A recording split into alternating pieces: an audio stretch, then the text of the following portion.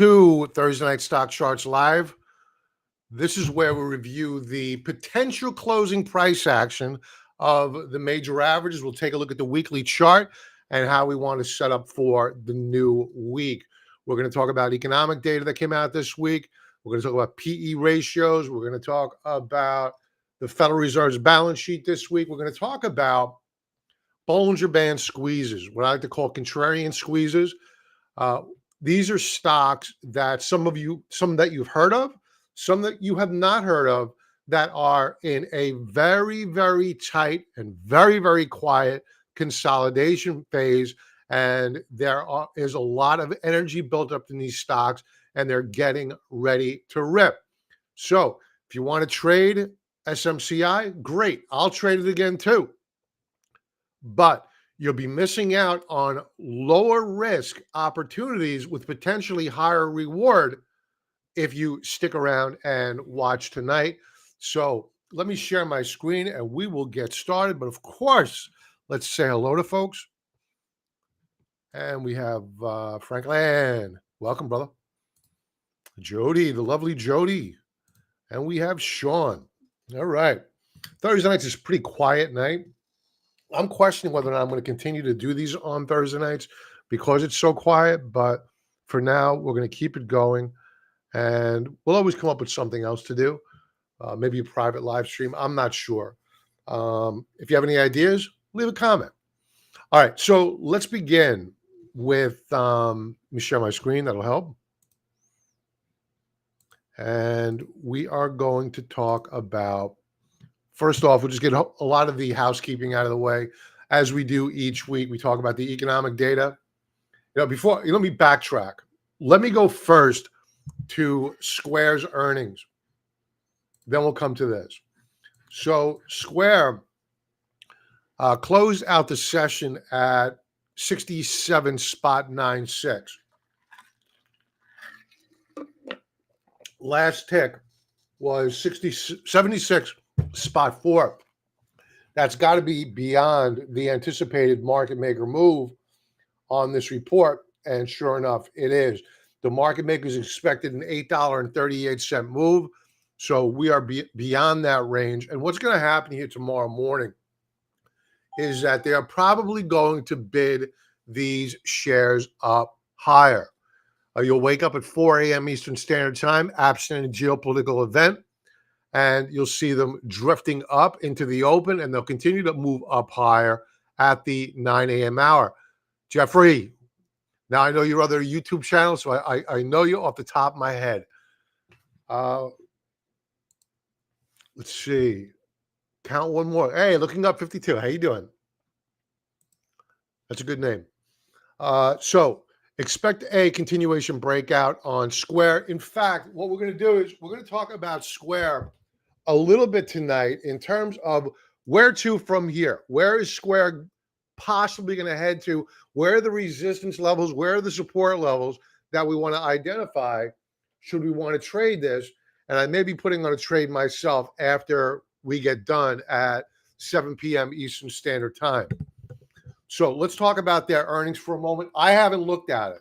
So I'll have to go messing around here trying to find the essential press releases.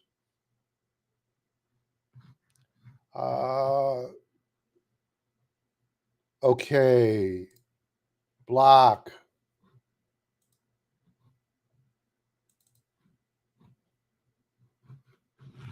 What happened? There we go. Coming up in the wrong window. Where are my expectations here? Here we go. Q4 sales beat. Good beat there. And sales are more important to me than EPS. They missed on EPS, but it's sales that matter.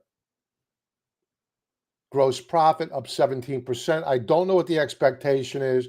Let's take a look at guidance. Given the fact we haven't seen a sell-off after hours, my guess is that guidance was pretty strong. Sees Q1 adjusted EBITDA, $570 million to $590 million. I don't know what the expectation is, so it's hard to put into context. Gross profit, blah, blah, blah. Again, no context in terms of expectations.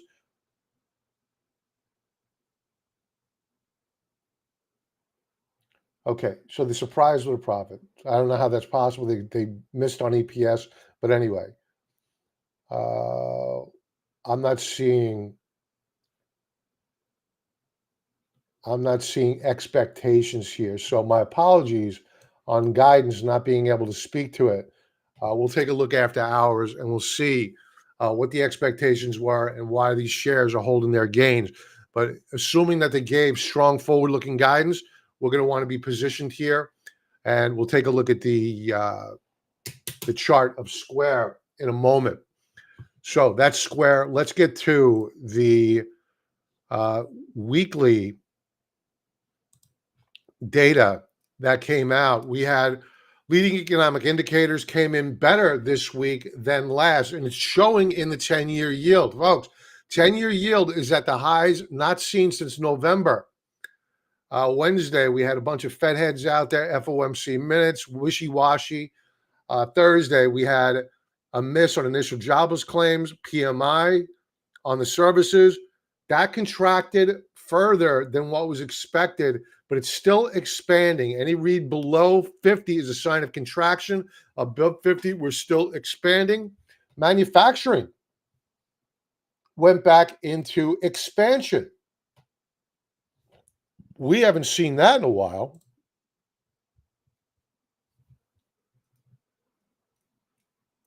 Industrial slide of the economy posts its fastest growth in 17 side. It's not slide, side. Very, very interesting. This fits in quite well with our narrative tonight of what we're looking at. We're looking at stocks that have not yet run, but they are poised for explosive moves up higher. So stick around. Taking a look at the Shiller PE ratio, equities, we're at 34.24. So we're expensive on a rear view mirror basis. We're expensive on a forward-looking basis. Can it continue? Yeah, it can.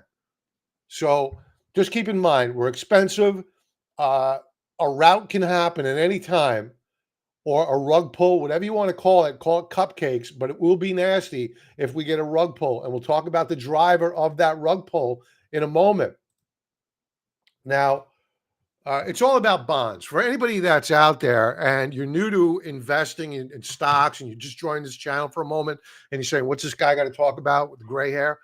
And all of a sudden you want to hear about the next hot stock tip and he's talking about bonds. Your eyes start watering over and you're like, what the heck is this guy talking about? It's everything. The bond market is everything to the stock market.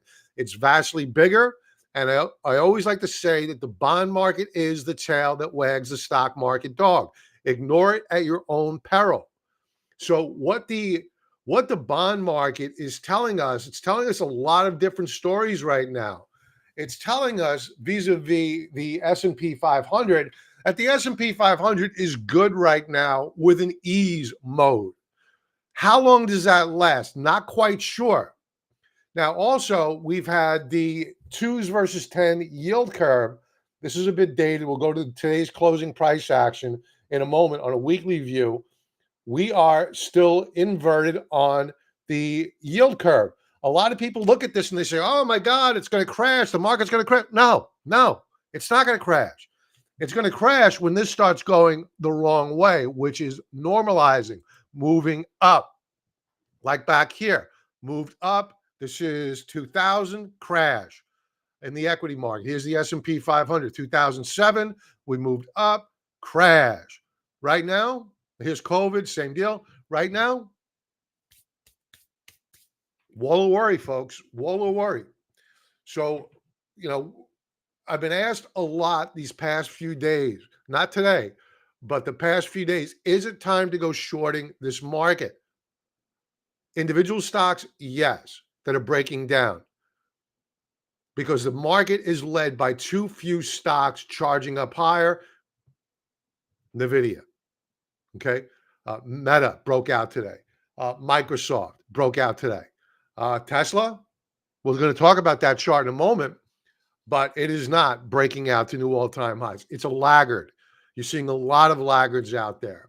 But within that bin of laggards, there are opportunities because there are many good companies out there that just haven't run yet. The however is that they are consolidating within their Bollinger Bands very, very tightly. And I have a list, a bunch of them to go over in a few minutes. So I'm going to try to get through this, go to the weekly charts, and then go to some chart requests. Now, as long as you see the Fed's funds rate not move up higher in the short term anyway, the equity markets can continue to move up higher. Albeit the advancers versus decliners are probably going to get more and more, fewer and fewer. That's not proper grammar. The advances are going to become fewer and fewer, and you're going to see more and more laggards. So just be careful. We're going to be watching this as we do each day. Are we seeing a confirmation in the NYSE, in the NASDAQ, of stocks making new highs relative to the markets making new highs? If you don't get that, that's a problem. And you may get a stock market correction pretty quickly. So right now, we're looking pretty good. So the path of least resistance at current remains higher. Now, taking a look at the CME Fed Watch tool, and the expectations for a rate cut they're being trashed. They're being trashed. Forget about March. This was at one time over 80% probability. That is gone now. May, this was at one time 100% probability. Now it's at 21.1%. This dropped like a rock after leading economic indicators and the Fed minutes. June is now a toss-up as to whether or not they cut. This was 100% at one point. What's July now? July is still at 85%. That was at 100% at one time. So even though the expectations for a cut are dropping like a rock, equities are able to shrug it off until they can't. So I remain cautiously bullish on the market. We will be looking for that opportunity to get net short the market. Today is not the day. Taking a look at the 10-year yield. Now, this in and of itself is not really a chart that's all that scary. Now, yesterday, I will say this, I sold my TLT. I sold all my bonds yesterday. And one of the reasons for that was because TLT looked like it was going to have a continuation breakdown. I do believe it closed up today. We'll go to that chart in a moment. And we did have a new weekly higher high on the 10-year yield. Therefore, I got to get cautious.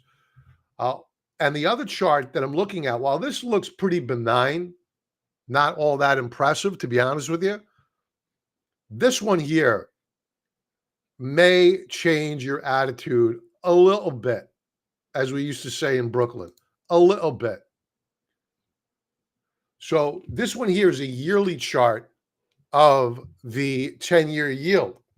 Now, last year we had 4.98%. Folks, we look like we're about to attack that right here, right now, within the next couple of months. So, warning flag on the track here. We are watching this like a laser beam to see the correlation of what's performing well in a rising interest rate environment. Are the Dow Jones Industrials behaving well? Are the mega caps, tech stock names behaving well? Small caps, they don't behave well. Maybe they'll play catch up, but they're lagging. They're down 17%. So off their highs. So this is something to be concerned about, no doubt about it. But as right now, the markets are shrugging it off. Therefore, the path of least resistance remains to the upside for the equity market. Now, the other thing we're looking at here is the yield curve. Now, we went over that chart here a little bit, okay, right here. This is what you're looking at, but current state, this week, end of business today. And last night, we were up 2 bips on the yield curve. Today, weekly chart, 1 trading day left to go. We're down 2 bips.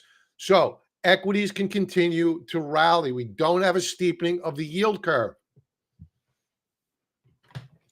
Now, in terms of why I believe that yields are going to continue up higher, now, for a while, the Federal Reserve's balance sheet for like 3 weeks had began to stabilize, really just stabilizing. And 1 week down, 1 week up, 1 week down, 1 week up.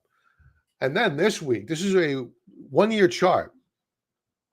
They hammered their balance sheet last week, dropping it by about $40 billion. 633.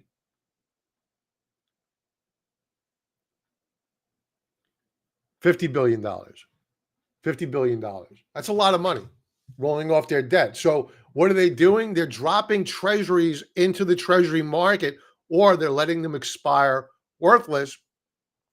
And that drives up interest rates. The Federal Reserve is not a net buyer of treasuries. Therefore, interest rates rise. But unfortunately, so do credit card costs. Credit card interest rates are now above, on average, above 20%. Think about it. You can get Benny the Loan Shark from East Brooklyn to come down, or even Flatbush, and give you a better rate than JP Morgan Chase.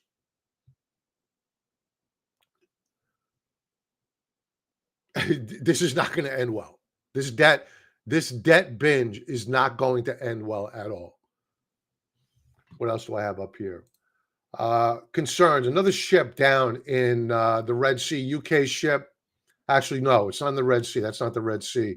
That is, what, the Gulf of Yemen? Either way, it's in a bad neighborhood, and it got rocked. There it is. So what does this mean for shipping rates? Through the roof. What does that mean? Inflation. All right, so let's talk about, first let's go to comments, say hello to folks.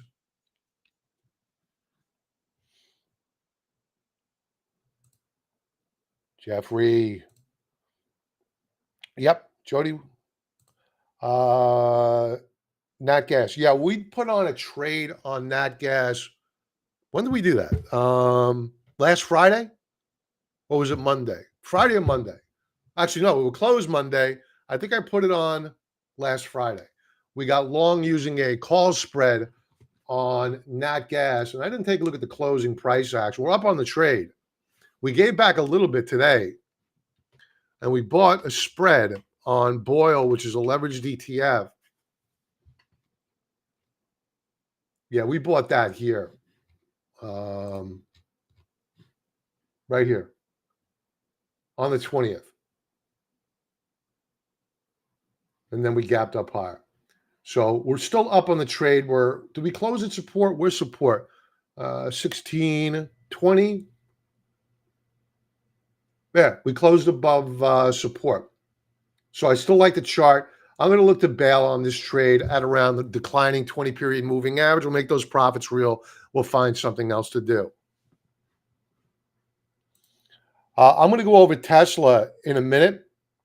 I'm going to go over the chart, and I'll give you the broad overview of Tesla. TZ Burton, welcome. Danny, welcome. Talon, hey brother. All right. If you do exclusive live streams Thursday, please don't forget me. Okay, I won't. Of course not. Okay. Let's do it. Okay, so we're going to be using a tool, a scan through TrendSpider. And if you don't have this, you should have it. I am a partner of theirs. They sponsor us. There's a link below, 35% discount code below. And what I've been doing a lot, and this is how I found the Goldman Sachs trade a couple of days ago. We put that trade on. And this is what you call a squeeze trade, a Bollinger Band squeeze. And basically what I did was I ran a scan of, and here I have it. If you sign up and you want this scan, let me know. I'll get it for you. Let's go over the S&P 500 daily time frame. And you can see what it's going to do here is that it's going to bring up a ton of stocks that are looking pretty good. Wow, this changed since the last time I did it.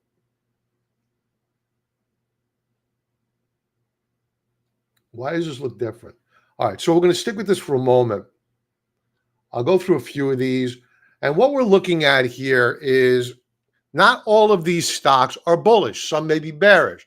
And what we're looking at are stocks that have their, in green, you have your Keltner channels. In black, you have your Bollinger Bands, 2 standard deviation on both. Out of the box, your charting software comes to default with it. Nothing special here. So what you can see here is, case in point, I have booking.com open. And this one had a very, very tight set of Bollinger Bands back here in February, early February. And what happened? All this energy released. And the reason why it released is because when you get these Bollinger Bands trading within the Keltner channels, that's a very, very tight consolidation. And at some point in time, there's going to be a resolution, whether it be to the upside or to the downside. That's the trick, to get that right. So generally, as a rule of thumb, the way you look at this is that you say, okay, I see this opportunity here. I see my Bollinger Bands within the Keltner channels. Which way is this going to get resolved? In all probability, there are no guarantees, probabilities. Well, you want to go with the general direction of the trend, which is clearly up. I may be a contrarian, but to ignore the trend is ridiculous. And we don't want to fight it all the time. Sometimes we do. And that's only when it's extreme levels. And this got resolved to the upside. Now, the reason why I'm talking about booking is that we have another trade out there that's in this sector that we're interested in, and that is Airbnb. Now, Airbnb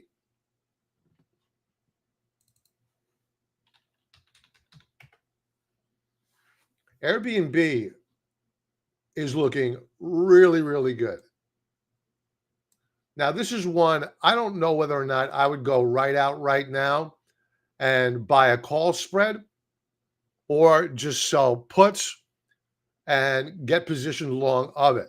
But I'm very, very close. I think this is down in the after hours session by about $5.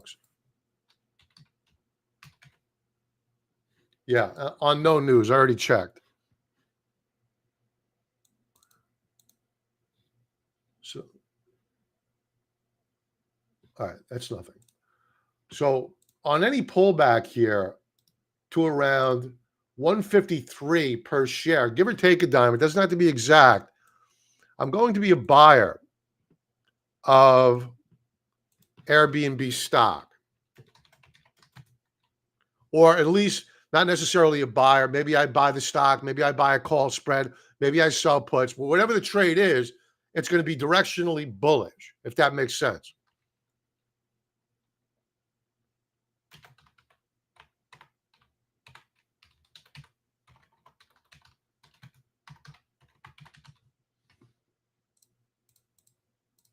Okay, so we're going to keep this active for a while. And what else I'm looking at here on Airbnb is that we broke out daily time frame today. Really nice stuff. Volume was pretty good. So Airbnb looking rock solid. Again, Bollinger Bands are trading within the Keltner channels. This is moving up higher. They've already reported earnings. They're looking pretty good. The second thing I like to do is I like to take a look at the weekly chart and say, okay, how is this chart looking on a macro basis? Because you can have, like I looked at one earlier, like Northrop Grumman has a daily squeeze that's going on. Right? There are your Bollinger Bands within the Keltner channels, but all trades are not made equal. What we need to do is validate which way this stock is going to go. We don't know if it's going to break out or break down. How do we validate it? Well, I want to take a look at the weekly chart because what we do here is multi-time frame analysis. I don't care necessarily in a using tunnel vision, focus on a daily chart. I use it as a mechanism to identify opportunity, but to validate the direction of the trend, I want to take a look at the weekly chart and say, okay, how is Northrop Grumman looking on a weekly time frame? Do I have buyers of like mind in this trade that are going to help support the stock should I decide to enter it? And my answer when I took a look at this chart was a resounding no. No, no, no. It's in a counter trend rally. It's in a downtrend. It is breaking down. If anything, I'm going to be looking to short Northrop Grumman, not buy it. So I would be looking for a failure here to break out on Northrop Grumman. That's another opportunity. But right now, I want to remain bullish on the equity markets. And I'm looking for long trades to take advantage of the trend. Back to Airbnb. Now, what's Airbnb telling us? It's telling us your page won't load, Bob. Okay. Okay. Real-time technical issues. This is how we learn to become very, very humble, because you don't know when stuff like this is going to happen. Weekly chart. Okay, so what this chart is telling us is that we have a lot of buyers out there that want to buy this stock. Our trend is up. It's clear. It's defined. We have broken out above a wedge formation or triangle formation, call it cupcakes. It doesn't matter. We broke out. We consolidated. We continue to consolidate. This is getting resolved to the upside. Airbnb looking like a buy. Now, what else matters to me with this stock or any of these other stocks is what kind of catalyst, what kind of move can I expect here on this stock, especially if I'm going to buy options? Well, you want to know the beta. You want to know the volatility of the stock.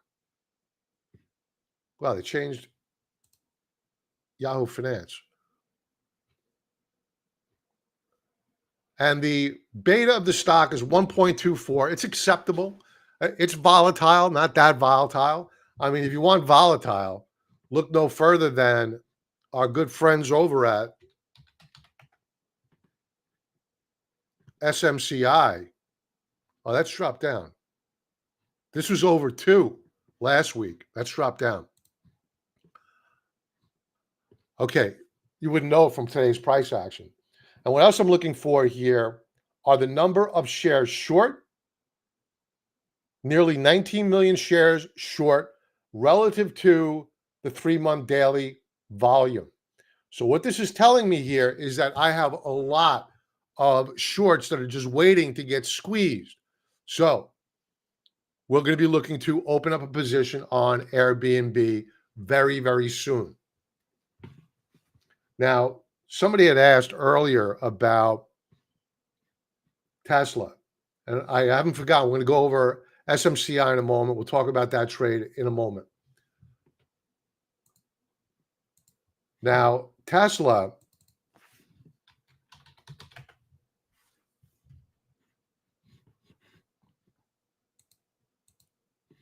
is actually setting up very, very nicely here for a Bollinger Band squeeze. It looks as though this may get resolved to the upside. The reason why I'm not kicking it off with Tesla being one of my top favorite stocks right now is because the weekly chart, as I mentioned earlier, is not wonderful. You got to have your weekly chart validating the uptrend on a daily chart. It just makes your probability of success all the more greater. So if I have an Airbnb with a weekly chart that's breaking out and threatening to break out to new higher highs, and I have Tesla lethargic here and breaking down and behaving very, very poorly, where do I want to put my capital? I want to put my capital in Airbnb, which got a short squeeze potential. So does Tesla, but the probability of that squeeze getting resolved with a major breakout, I think, is greater on Airbnb. So I'm skeptical right now on Tesla. I would like to be a part of it. Let's go to an intraday view.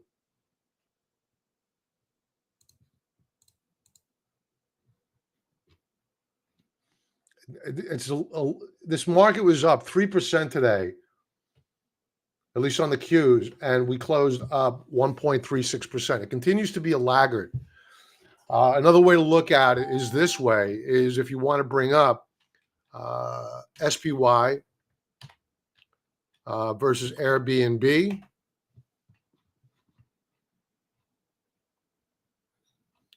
SPY is lagging Airbnb, whereas relative to Tesla,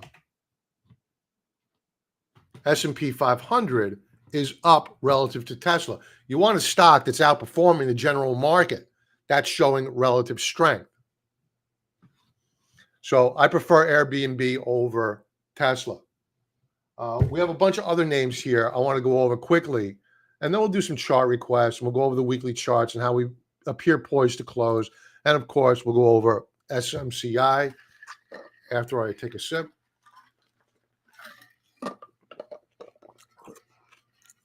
Okay, so other names out there that are looking really, really good are DPZ, boring as hell, Domino's Pizza. But take a look at this price action on Domino's Pizza. You may be saying it's a $428 stock. I can't afford that. Well, can you afford a call spread? Buy one call, sell another one to help finance it? That's an option. Can you sell a put spread? That's another way to play it. So what we're looking for here on DPZ is a pullback and a retest of support. This is another one where if it fires off, we may want to be looking to get long of the shares.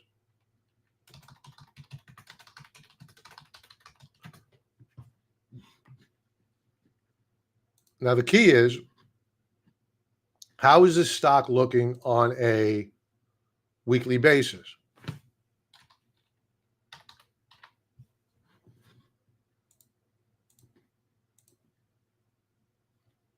It's looking pretty goddamn good. Let's draw some lines.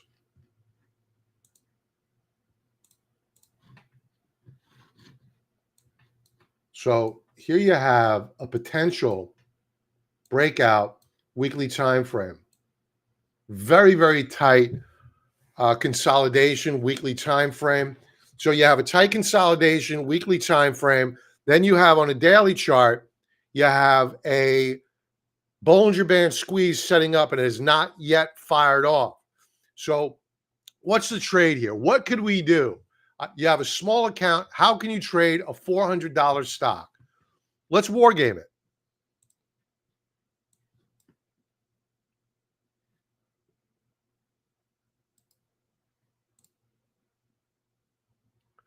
I'm bringing up my charting software, not charting, my trading software, which is, of course, while I'm live, not responding.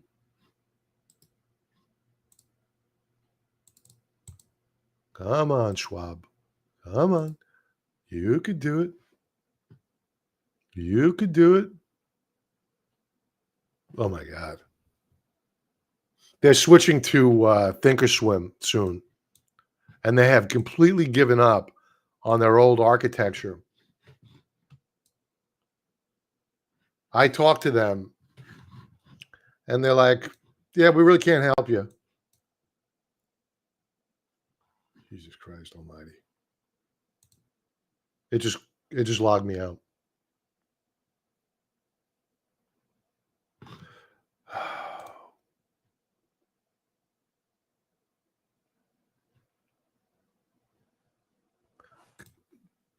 Guys, don't mind me here for a second. I got to log in with my critical credentials. and we'll walk through. We'll walk through a trade setup on DPZ or Airbnb. If you want me to do Airbnb, I'll do Airbnb as well. You name it, we'll do it. I really don't have much of an agenda tonight. I'm just looking for opportunities, and right now, I'm doing my homework live.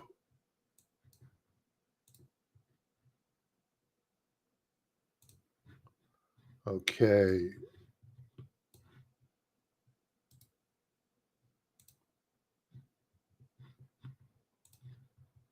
So I will be sharing my screen in about 2 seconds. And this is my trade of Goldman Sachs. We will swap it out. Okay. All right. So this is Goldman Sachs. We have a trade on here. All right. So DPZ. Let me reshare my screen before I forget to do so.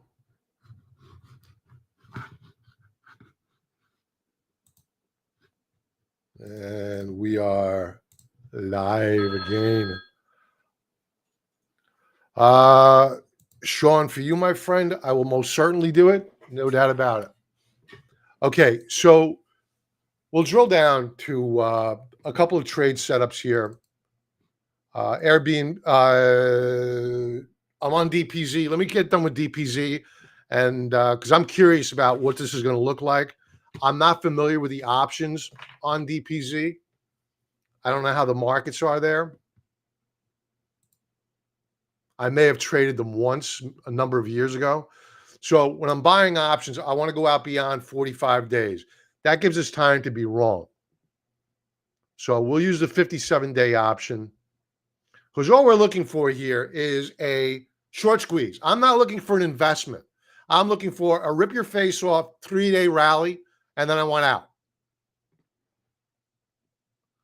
So my go-to for this type of trade is what you call a 70-30 delta. What does that mean? It means that I am chicken, to be honest with you. I do not want to go buying call options and hope for the best because that is not a strategy. Where is this thing? Oh, I got to go up way further. A little bit better. So I'm going to be looking at a 70 delta. I think that's going to have to do. That's going to have to do. Okay. So I'm going to buy to open one contract using the midpoint call option expiring 4/19.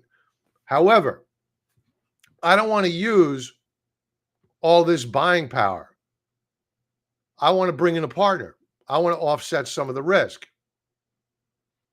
So I'm going to sell to open.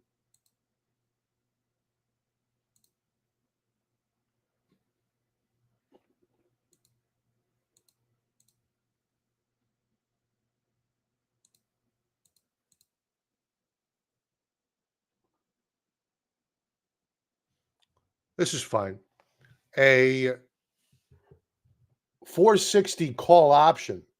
So rather than paying $31 per contract for that option, if I get filled at the midpoint, I'm only paying $23.15. What does that mean? It means that, yes, I've capped my upside, but it's also reduced my basis cost. And if I'm wrong and time decay begins to pick up, well, I offset some of my risk. So I'm actually getting like a rebate on that trade because I sold calls as well. So that's the smart way to trade this. On a risk return basis, it's a 1-for-1 trade. You know, not great risk reward, but it's the setup that we're looking for. It's a great setup. So the probability of this making money is far greater, in my opinion, than the trade setup in Tesla. I think Tesla may play a couple of days of catch up, but that only lasts as long as the market holds up, and it's going to roll back over right with the market. So DPZ is showing relative strength versus the market. I like this trade. Nobody's paying attention to it. We like it. Everybody wants NVIDIA, SMCI. Okay. We'll trade the peripheral around that, selling premium, which did not help me today. I'll tell you that right now on SMCI. That 30, I don't even go into it. I had a fairly conservative position on SMCI, a 35% move in one day. That causes a pinch, man.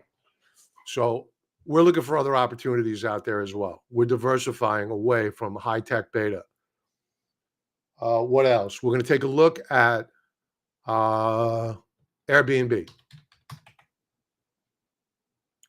So Airbnb still down in the pre-market, but off of its lows. I don't know what the story is there. Probably nothing. It's not nothing. It's a 2.25% move, nearly 2.5% move. But anyway, we're going to go out again, 57 days. Same strategy.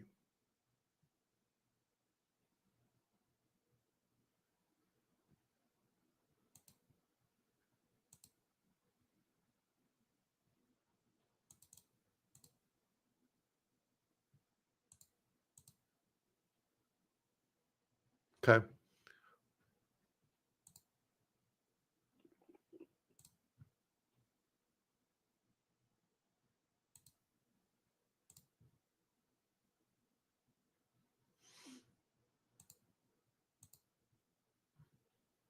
All right. This is it. So we would buy to open a 145 call option, simultaneously sell to open the 170 call option. Reduction of call price is $3.43. So rather than paying $15.38, we're paying $11.95. Another way to trade this is, let's say you don't want to buy the call options, you're not into that. Another way to trade this is this way as well. Let's make the assumption that Airbnb is going to close out at the high of the week. We won't know that till tomorrow. But let's make the assumption. Now, I'm going to go to the weeklies for a moment.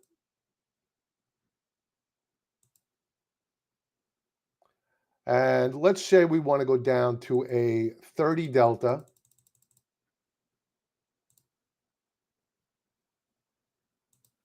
Selling puts.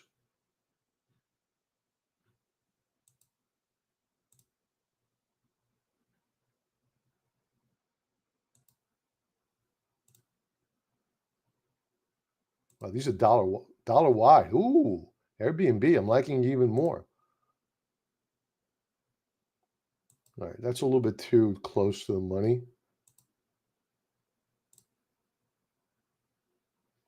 So if the shares close out the week bullish, and it appears as though whatever tool you're using for your trading analysis, whether it be RSI, Stokes, whatever you're using, it's still in an uptrend.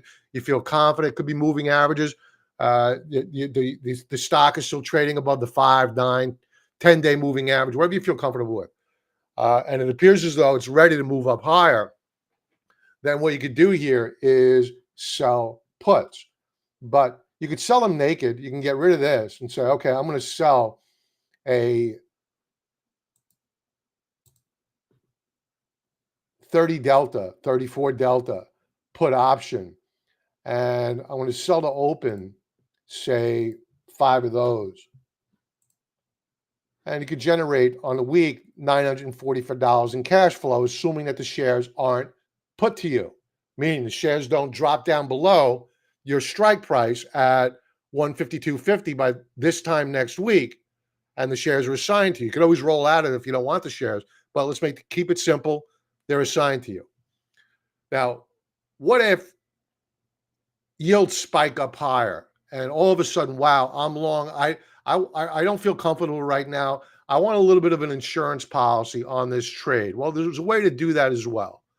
And what you do is you sell to open. You can be very, very conservative and sell to open a 152 and then buy to open simultaneously a 150 put. Your max loss is $175, max gain is $75, but the probability of making that money is very high. I'm not loving this. I would probably make this a little bit wider.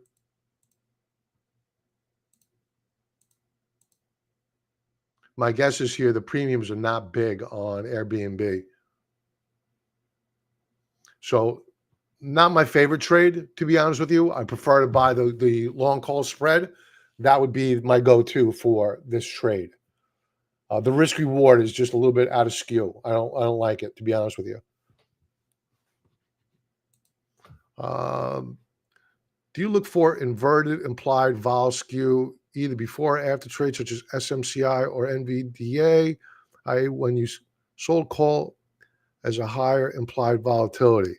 I don't use volatility skew all that much. Oh. I know what you're talking about. Okay. You're not talking about skew, the chart, the skew, the put skew, call skew.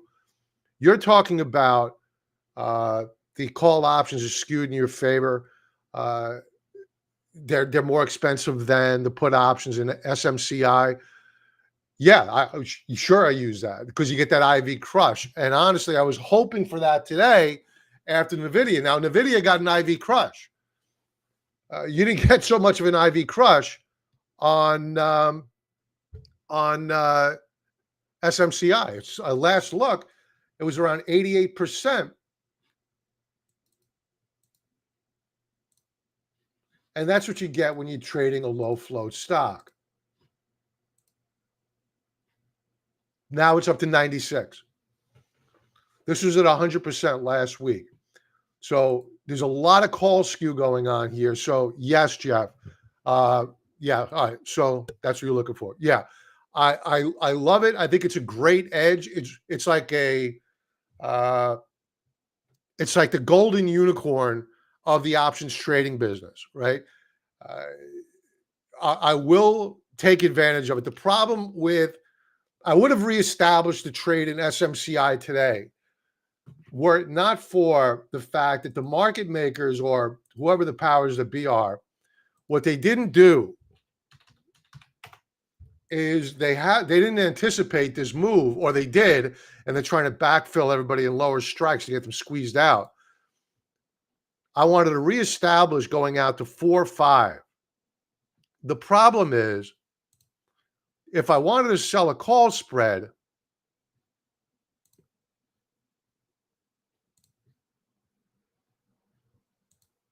I can only go out to $800 a share.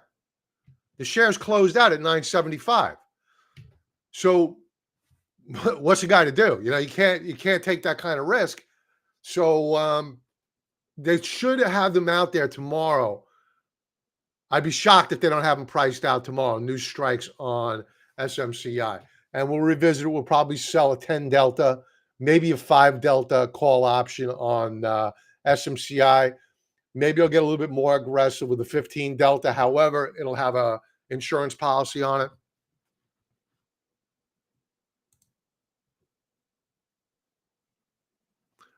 Jerry sent you a message and left a voice message resubscribing regarding subscribing. Haven't heard back yet. Jerry, I promise you, I'm not a big email guy, and I apologize. I will check your email afterwards. And my phone, that was on the fritz this morning. I didn't think there was a big outage on cell phones today. I know AT&T was out, and mine was out early today. Does anybody else have any cell phone problems? Jerry, I will get to you today. Thank you for the heads up.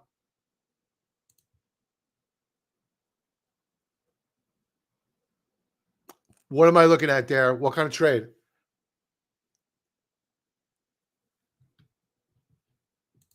All right. While I'm waiting for Dare to reply back, you bet, Jerry. While I'm waiting for Dare to reply back, I want to talk a little bit about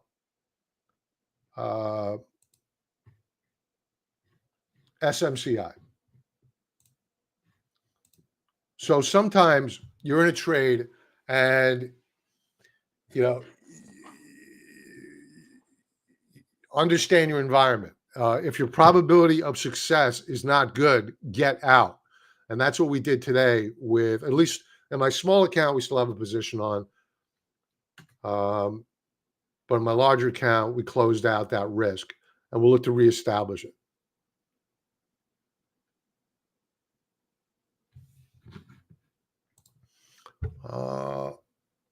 if I missed it, I'm sorry, but aside from options, how would you play SMCI tomorrow? That's a hard one, Jerry. I think that the safest thing I could say, and we'll go to it in a moment. We'll take a look at the chart. We'll talk about resistance levels, because the one thing about this week versus last week, we now have resistance levels. We have overhead supply. We have dead bodies above. So let's talk about it. Now, what I want to drive home here is that, the daily RSI came off. The weekly RSI is at 92. But it looks as though it wants to go higher. Now, the problem for SMCI, and I posted this there's always some dope on stock twits. You make a comment. I warned we hit 974, and I said, be careful. You have resistance up here that we saw last week. And some idiot comes on and makes a nasty comment. Anyway, where did we close today? We closed right at that weekly support level. This is what I called last week. We skyrocketed up higher here, and we got rejected. Where did we close today? Right at that resistance level. So would I be a buyer here right now, Jerry? No, not at a weekly resistance level where we failed last week. We're at the third standard deviation Bollinger Band. Would I short it?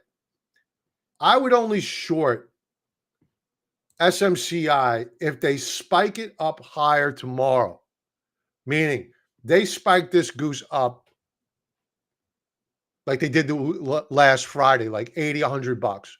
And I would put out a very small short and look for retracement, perhaps a retest of the support levels, see whether or not they hold, probably book profits at the support level if in fact it does pull back, and then wait the rest of the day. See whether or not we close above support. Next week, see how they open it up. Do they trade it above this 275 mark?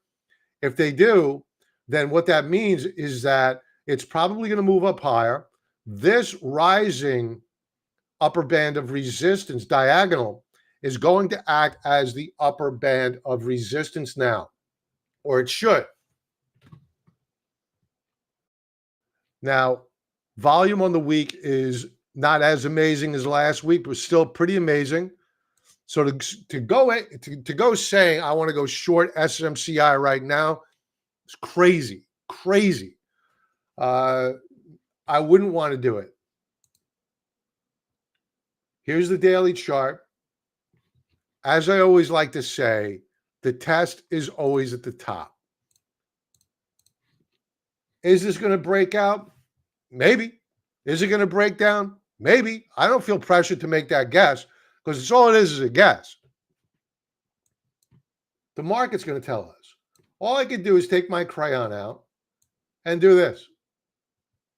If this, then that. If this breaks out, retest, consolidates, the path of least resistance is to the upside. Nibble here on a breakout, buy more on a close above 1077. Simple as that. Now, what if we fail? What if we close down below 950 per share? Well, that would be a breakdown. Would I put on a small short? Probably. I know I wouldn't put out a short, to be honest with you. Let me retract that. You said don't talk about options. If I weren't an options trader as much as I am, I would short the common stock, very small though, and I would more so rather sell calls, deep out of the money calls, 5, 10 deltas, going out 43 days, 42 days now.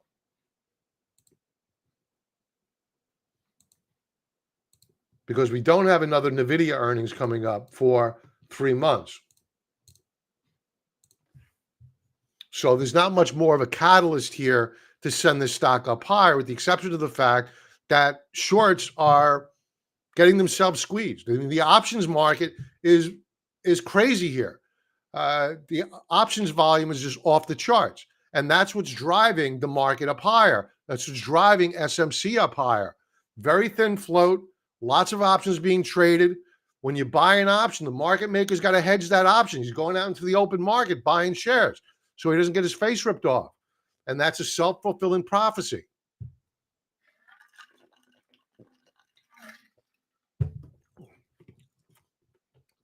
Support level number 1 is 750 per share. Massive volume today. Let's take a look at the quality of the close.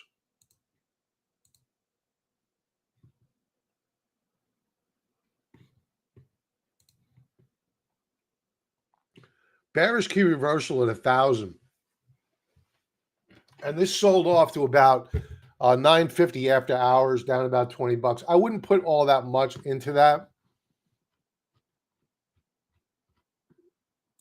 I think that any sell-off tomorrow is probably going to get bid up, unless it doesn't.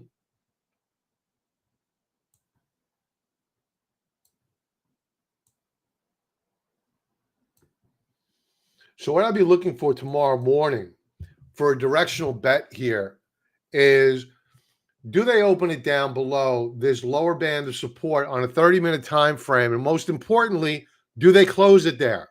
If by 10 a.m. Eastern Standard Time, SMCI is trading below this lower band of support, the stock's going to have a difficult day. Now, the best thing that could happen for bulls tomorrow is a nasty, nasty sell-off all the way down to possibly, I know I'm going to get a lot of hate mail for this, possibly down to 875. Folks, this thing ran up $241 today. Is it so unreal that we head down to 875 and then bounce off of it? I don't think so.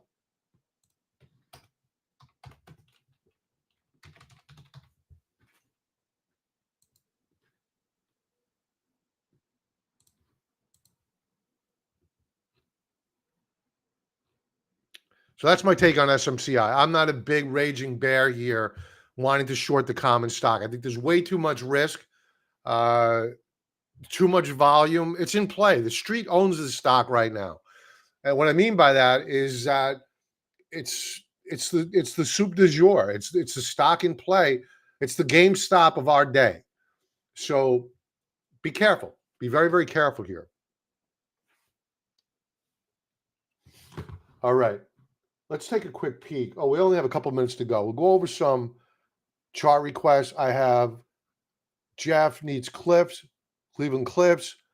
And I have to go to the members area. I know I have at least one there. Oh, that's Jeff.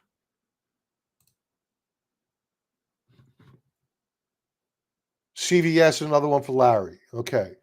Larry, CVS. Let's get to it. Before I go on to this, I want to take a look at a few other opportunities here. LMT I've already seen, not interested. Goldman Sachs, we're already in. Again, we're back to the Bollinger Band squeeze scan. Thinkorswim, 35% discount code below. I saw Lululemon on here earlier.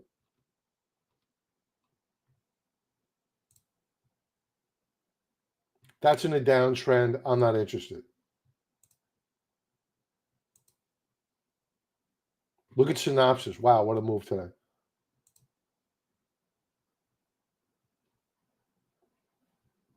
MSFT? That's looking good. Microsoft looking good. We know that's in an uptrend. Home Depot reported, look at the gap up. That was in a Bollinger Band squeeze. MCD is another one. Bollinger Bands in black, trading within the Keltner channels, trading above the 21-period exponential moving average. All averages are stacked, moving up higher. I think McDonald's is going up. Salesforce.com, I don't think they reported yet, so be careful here of this one. Boeing, this is a cluster F. I would not trade this stock. If I did, it would be to the short side. Okay, here's Airbnb. We already discussed this one. Breaking out already. We like First Solar on the list, breaking down. Starbucks.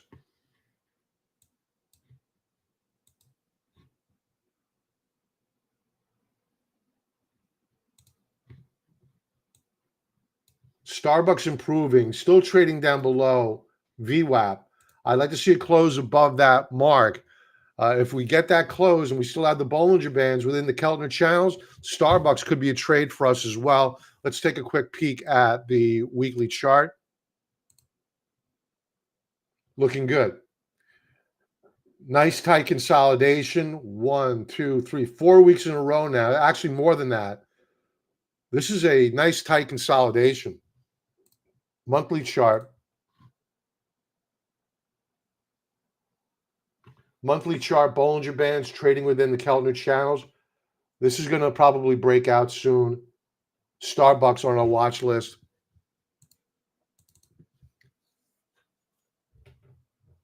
Let's do Cliff. Cleveland Cliffs. Stuck at resistance, $20.48 overhead supply. This is in a monthly Bollinger Band squeeze, just like you saw back here. Early stages. Look at how long this Bollinger Band squeeze, and look how it got resolved. Weekly view. I like this. I think it's going up.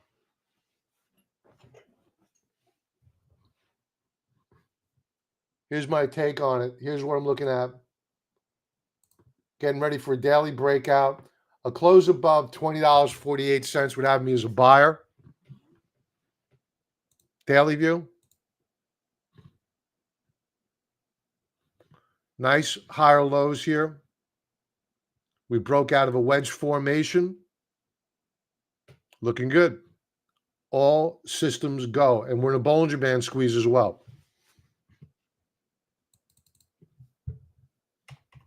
CVS, Filari.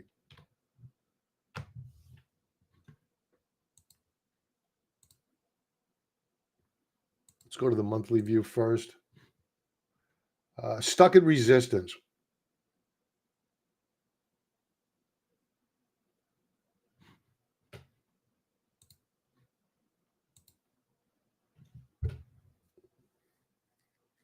Again, stuck at resistance here. Not much happening.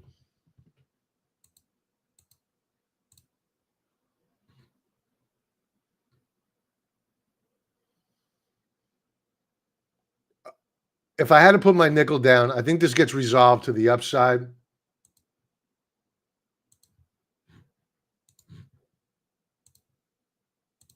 Here's your wedge formation. I'd be a buyer here. Stop loss right under the lows of February the 21st. First price target up to around $80 a share. Folks, with that, we're over. Thanks for being here. Everybody have an awesome night and a profitable trading day tomorrow. Enjoy your weekend. And please like, subscribe. Don't forget Transpider, 35% discount code below. If you need the scan, let me know. I'll get it over to you. And everybody have a great night. Thanks for being here. Jody, you're very welcome. Have a great night. Be well.